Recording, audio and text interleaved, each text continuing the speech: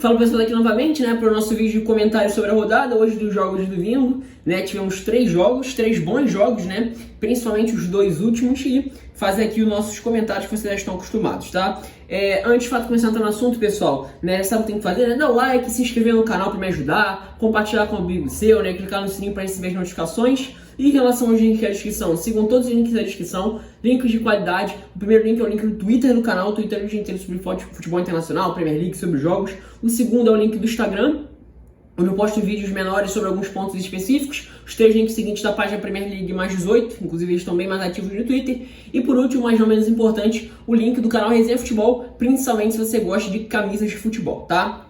Então vamos lá, já estou aqui com o celular para me ajudar, né? Começando pelo jogo que abriu aí no domingo, Sheffield United de Tottenham, né? Vitória do Tottenham, vitória do time de Mourinho, 3-1, mais uma derrota para o Sheffield United, né? Tinha vencido na rodada passada o Newcastle. E no jogo de hoje, novamente, fez uma boa atuação dentro do que poderia esperar.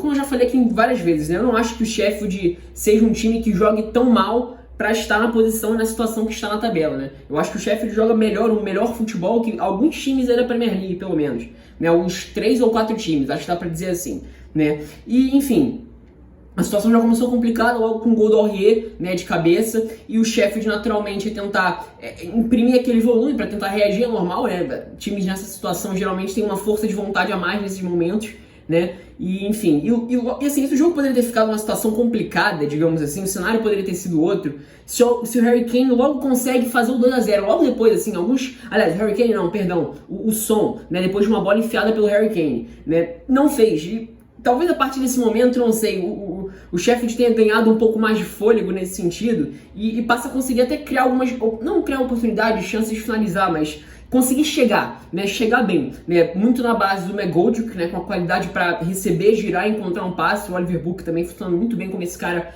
para fazer essa infiltração em velocidade, atacar as linhas, né. Eu acho que o Sheffield conseguiu explorar bem no primeiro momento ali no primeiro tempo o lado direito, né, o espaço entre o Aurier e o Joe Rodon, né, zagueiro galês, jovem zagueiro galês que vem ganhando um pouco de espaço em alguns jogos, né, nessa temporada 2021, né.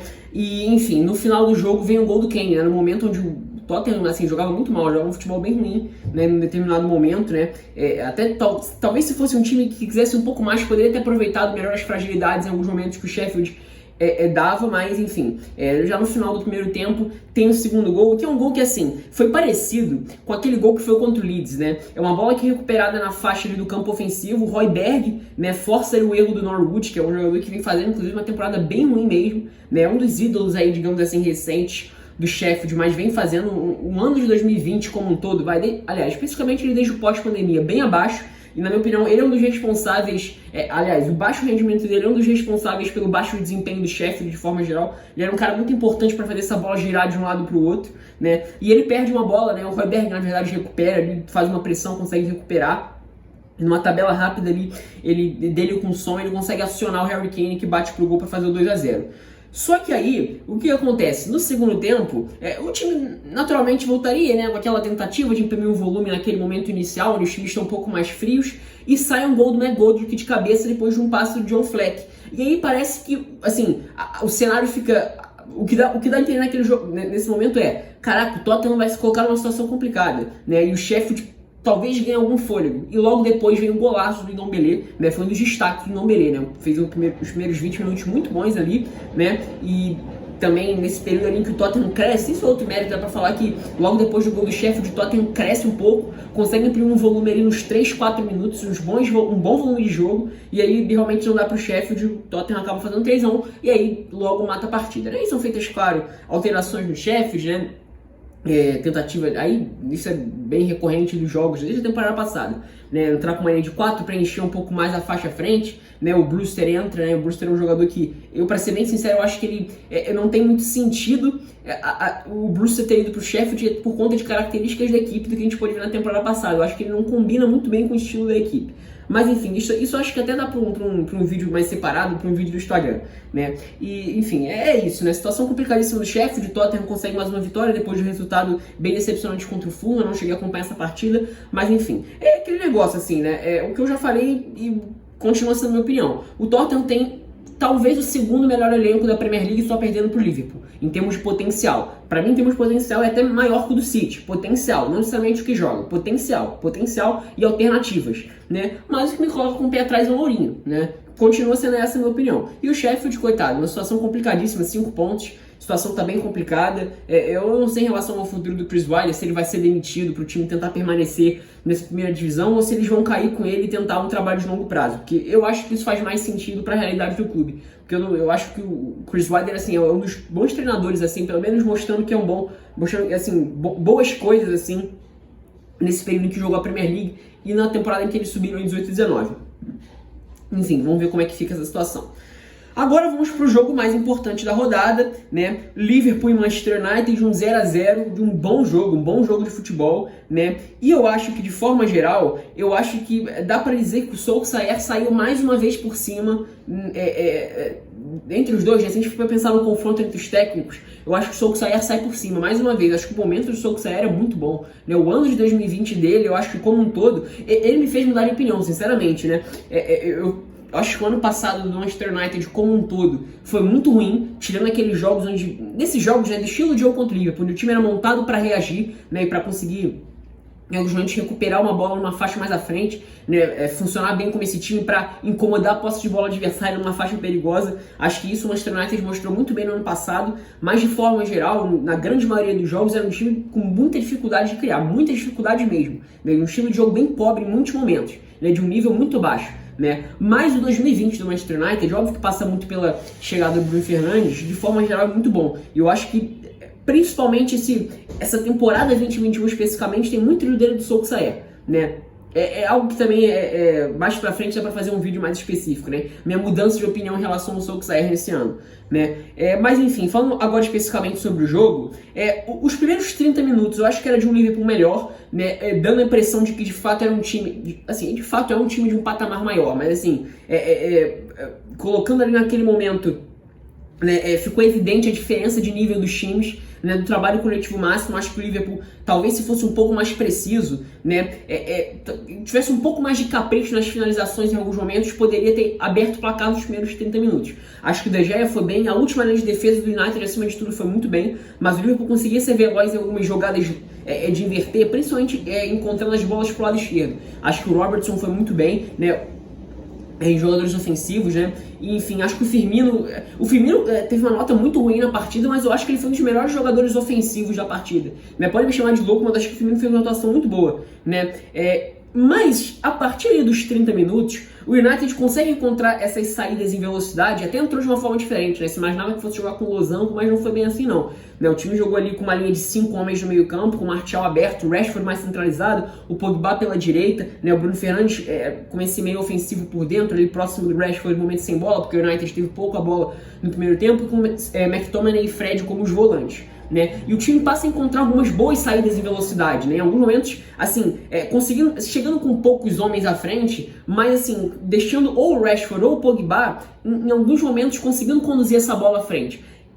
A maioria das vezes com impedimentos, mas assim, era questão de acertar o timing mesmo. Aliás, era questão de acertar o timing, mas eu acho que era mais de mérito da defesa do Liverpool, né? Para ser bem sincero, do que de fato um demérito do United em questão de estratégia, né? E nesse sentido eu destaco principalmente o Fabinho. Que partida do Fabinho, que jogador, jogando como zagueiro, tem vídeo no canal falando sobre isso. Fabinho é um dos melhores jogadores do Liverpool nessa temporada, né? Ele, o Mané e o Robertson, enfim, no primeiro tempo majestoso do Fabinho. No segundo tempo, aí eu já acho que o United foi melhor. Acho que em termos de estratégia, o Solskjaer conseguiu superar o Klopp, né? O Liverpool continua, claro, com mais posse de bola, um time com mais facilidade, um time com um trabalho mais consolidado, naturalmente vai ter mais facilidade para fazer esse estilo de jogo, é normal, né? Mas passa a ser uma posse de bola já um pouco mais, o pessoal gosta de falar estéreo, né? Estéreo entre aspas, né? Porque o United já consegue ser um time mais preciso para anular esses espaços, né? Aí no segundo tempo eu já destaco agora, né? Principalmente o Luke Shaw, já tinha ido bem no primeiro tempo, mas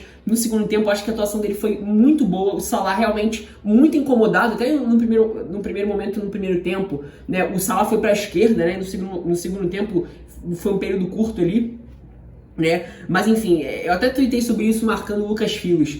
Eu acho que o Luke Shaw foi o jogador que mais marcou bem o Salah, pelo que eu me lembre. Desde que o Salah virou um jogador world class, poucos jogadores incomodaram ele como o Luke Shaw. E, na minha opinião, eu não consigo lembrar de um que incomodou tanto ele como o Luke Shaw. Desde o primeiro jogo do Solskjaer contra o Liverpool, que foi em Old Trafford em fevereiro de 2019, se eu não estou enganado. Naquilo que foi uma bela atuação do Lindelof e do Shaw, dos dois. Né? Um bom jogo do United, inclusive. Né? Enfim, e no segundo tempo o United já consegue essas escapadas, né? Sem estar impedido, e algumas chances um pouco mais claras, né? Acho que as chances do United foram mais claras do que as do Liverpool. Por mais que o Liverpool tenha finalizado mais que o United, né? Foram 17 finalizações, o dobro de finalizações do United, né? Um pouquinho mais que o dobro. Mas eu acho que as finalizações do United foram melhor. Eu acho que o time melhorou com a entrada do Cavani. Né? O Martial estava jogando um pouco mais aberto, né? E o Rashford tinha um pouco de dificuldade de funcionar como esse cara para receber de costas. Tanto que no primeiro tempo, a maioria das bolas que o Rashford recebeu foi mais aberto mesmo, correndo com ela pelo lado direito, em vários momentos impedido. No segundo tempo ele joga pelo lado esquerdo, o Cavani joga praticamente o segundo tempo inteiro, o Martial sai logo no início, né? Ele entra ali como centroavante, o United já consegue sair com um pouco mais de facilidade, né? O Cavani é melhor para fazer essa função de escorar do que o Martial. Não que o Martial faça isso mal, não, talvez não tivesse um dia inspirado, né? O Martial faz um ano de 2020 excelente, né? A temporada 19-20 foi muito boa e o ano também é muito bom. O entrosamento dele com o Rashford é muito legal de se ver. Foi um dos pontos mais positivos do momento em que o United mais sofreu na temporada passada. Nesse jogo especificamente não foi tão bem. Acho que o Cavani agregou nesse sentido, né? Para esse estilo de jogo onde a posse de bola do United tem que ser muito rápida no campo ofensivo, né? E eu acho que dessa forma o United conseguir subir, chegar com mais gente e chegar de forma mais precisa, mais rápida para definir. Acho que foi um bom jogo. Acho que, assim, o Solskjaer sai por cima nessa partida. Não achei que foi uma grande atuação do Liverpool, né? Apesar dos primeiros 30 minutos onde, de fato, mostrou aquela impressão de ser um time de melhor nível, mas não conseguiu concluir. Isso, claro que tem mérito da defesa do United, né? Principalmente do Maguire, acho que ele foi muito bem, né? Enfim. Só para formalizar aqui os destaques individuais. Do lado do Liverpool, Fabinho e Robertson como arma ofensiva, Fabinho como arma defensiva. E do lado do Manchester United eu destacaria Pogba e defensivamente Maguire e Luke Shaw, né? Bom, agora vamos para o último jogo, mas não menos importante, City Crystal Palace, 4-0 para o Manchester City, é outro time que está encostando, por incrível que pareça, correndo por fora nessa temporada. Se falou pouco do City, né, de forma geral. Tem vídeo falando sobre um time sobre o City que é menos empolgante, entre aspas. Eu até acho que a partir da segunda metade de dezembro o time passou a ser mais empolgante, voltou a ser mais legal de ver o City. Mas até então, no momento que eu gravei aquele vídeo, não era um time tão empolgante de se ver jogar como foi na temporada 17-18, temporada 18-19. Né? E meteu um 4-0 para cima do Palace. Até era um jogo que no primeiro momento ali, primeira metade, era um pouco, não desconfortável, mas não era um jogo tão fácil assim. City não conseguiu necessariamente furar com tanta facilidade o bloqueio do Palace. O Palace conseguiu umas escapadas. Acho que hoje, novamente, é um exemplo de como o Zaha faz falta, né? Por mais que o Eze seja um jogador de muito talento, eu acho que ele é um cara meio... tem que entrar ainda mais na rotação da Premier League para de fato fazer diferença nesses jogos onde o Zaha não tá, por exemplo, né? E, enfim, depois, assim, no lance de escanteio, né, o De Bruyne mete uma bola na cabeça dos Stones, que vive um ótimo momento, um dos melhores jogadores do mês de dezembro no Manchester City. Que, assim, o Stones merece um vídeo só pra ele, né? Ou um vídeo no Instagram, né? Ver se eu faço durante essa semana alguns vídeos, né? Vou voltar a postar vídeo no Instagram, né? Que momento vive o Stones? Que momento! Não só fazendo gol, né? Fazendo alguns gols decisivos, se não me engano fez gol na rodada passada contra o Brighton também, né? Não posso estar enganado, foi ele que fez. Se não me engano, ou foi contra o Brighton ou foi no jogo da Copa, agora eu não lembro exatamente, né? E voltou a fazer gol hoje contra o Palace, no jogo. Nesse momento não é exatamente tão fácil, de muitas chances não. Aí, a partir daí, o jogo fica um pouco mais fácil, mas ainda não tão fácil assim. E no segundo tempo, logo no início, o Gundogan abre o placar. Aí no segundo tempo o City já volta com um volume maior, já consegue criar mais oportunidades. E o Gundogan já vai placar com um belo gol. Aí depois, logo depois, uns 10 minutos depois, vem mais um gol do Stones, né, o segundo gol dele. Um belo gol, inclusive, né, fez uma bela finalização depois de uma bola sobrada dentro da área, né. Aí depois eu não acompanhei, os 20 minutos finais eu não acompanhei, mas o Sterling ainda marcou o gol do 4-0. Né. Enfim, é uma boa atuação no Manchester City a partir ali do segundo tempo. O segundo tempo, de forma geral, foi bastante bom, né. De um time que de fato parece voltar a ser competitivo como não conseguiu ser na temporada passada em boa parte contra o Liverpool, né? Quando de fato não conseguiu competir com o Liverpool em termos de, assim, não nos jogos contra o Liverpool especificamente, né? Nos jogos em que de fato tinha que fazer resultado, né? Sofreu muito com os times de transição e velocidade, como eu falei naquele vídeo, é um time que consegue ser muito mais sólido, né? De fato, assim, tendo a questão do jogo posicional, né? Agora é a questão de sempre ter mais de um jogador só naquela faixa do meio campo, né, largando, digamos assim, 4-3-3. Óbvio que não é uma questão exatamente de dizer que a formação mudou, a forma como o time rende, não é isso, mas assim, a questão de posicionamento de peças, né. Num 4-2-3-1 é natural que você tenha dois jogadores com mais capacidade de marcação numa faixa ali por dentro, que é o que faltou ao Manchester City na temporada passada, que o time foi castigado contra praticamente todos os adversários que sabiam jogar bem em transição, né? E nessa temporada já parece ser um pouco diferente, né? Você já consegue ter alternando, às vezes é o Gundogan, né, hora volta o Bernardo Silva por ali também, né, para fazer essa função de ocupar aquela faixa ali do círculo central. E o time vem conseguindo ser bastante sólido defensivamente. Ofensivamente, o time com muita qualidade, né? Hoje o Phil Foden não começou a partida, né? Phil Foden que vive um bom momento também, né? Ele saiu com Sterling e Gabriel Jesus, que eu acho que ficou um pouco apagado. Não sei se ele cresceu nos 20 minutos finais, mas até onde eu vi ele foi um jogador bem apagado na partida, né? Mas assim, destaque para a boa atuação do Bernardo Silva, né? Funcionando bem como esse cara para circular ali por dentro, né? Se entendendo bem com o De Bruyne, hora dando espaço pro belga, circulando ali também como camisa 10 de alguns momentos. O Gundogan também vive um momento muito bom ali nesse final de dezembro, início de janeiro, né? Aparecendo para fazer gols, né? Funcionando muito bem como esse cara mais equilibrado no meio campo para ir voltar. É um cara de muita qualidade técnica, né? Pessoal da época do Borussia, né? Que era mais novo, assim, na época do Borussia, você vai lembrar com muito carinho dele naquele timaço do Klopp, né? E é um dos jogadores que vem fazendo uma boa temporada. Eu acho que ele sempre foi bem com a camisa do Manchester City. Só que é um jogador que não chama tanta atenção porque ele não faz loucuras. Mas é um dos meus jogadores preferidinhos, assim, do Manchester City, acho que dá pra dizer, né? Enfim, de forma geral é isso. Talvez o grande destaque tenha sido o Stones, né? 2 gols e muito sólido defensivamente, né? Ele faz muitas intervenções diretas muito precisas. Acho que até por isso ele chama mais atenção que a dupla de zaga dele, que é o Rubem Dias, né? Mas enfim, partida muito boa de um City que de fato está encostando. Do lado do Palace é complicado de falar, não tem muito a se falar de qualidade. Talvez a zaga do Palace no primeiro momento tenha ido bem, né? Aquele miolo de zaga ali hoje era o Martin Tompkins e o Gary Cahill, né? Às vezes é o Kouyate, né? No primeiro momento era o Kouyate com o Scott Dem, né? Depois virou o Gary Cahill com o Kouyate, e agora, né? Por conta da questão aí de período complicado de jogos, né? De muitos jogos foi Cahill, né? O Cahill do Chelsea, né? Ex-Chelsea com o Martin Tompkins. Aí seja uma dupla de zaga mais pesada, mais bem experiente. Acho que eles foram bem no primeiro momento, sim, uma dupla de zaga relativamente segura, né? Apesar de não ser do meu estilo preferido de zagueiro. Mas enfim, acho que no mais foi isso. Não dá para destacar mais, nada mais do que isso, não. Ofensivamente foi um time que produziu muito pouco, de forma geral, tá? Então é isso, pessoal. Sinta-se livre para concordar ou discordar nos comentários, colocar a sua opinião, tá? É isso, espero que tenham gostado.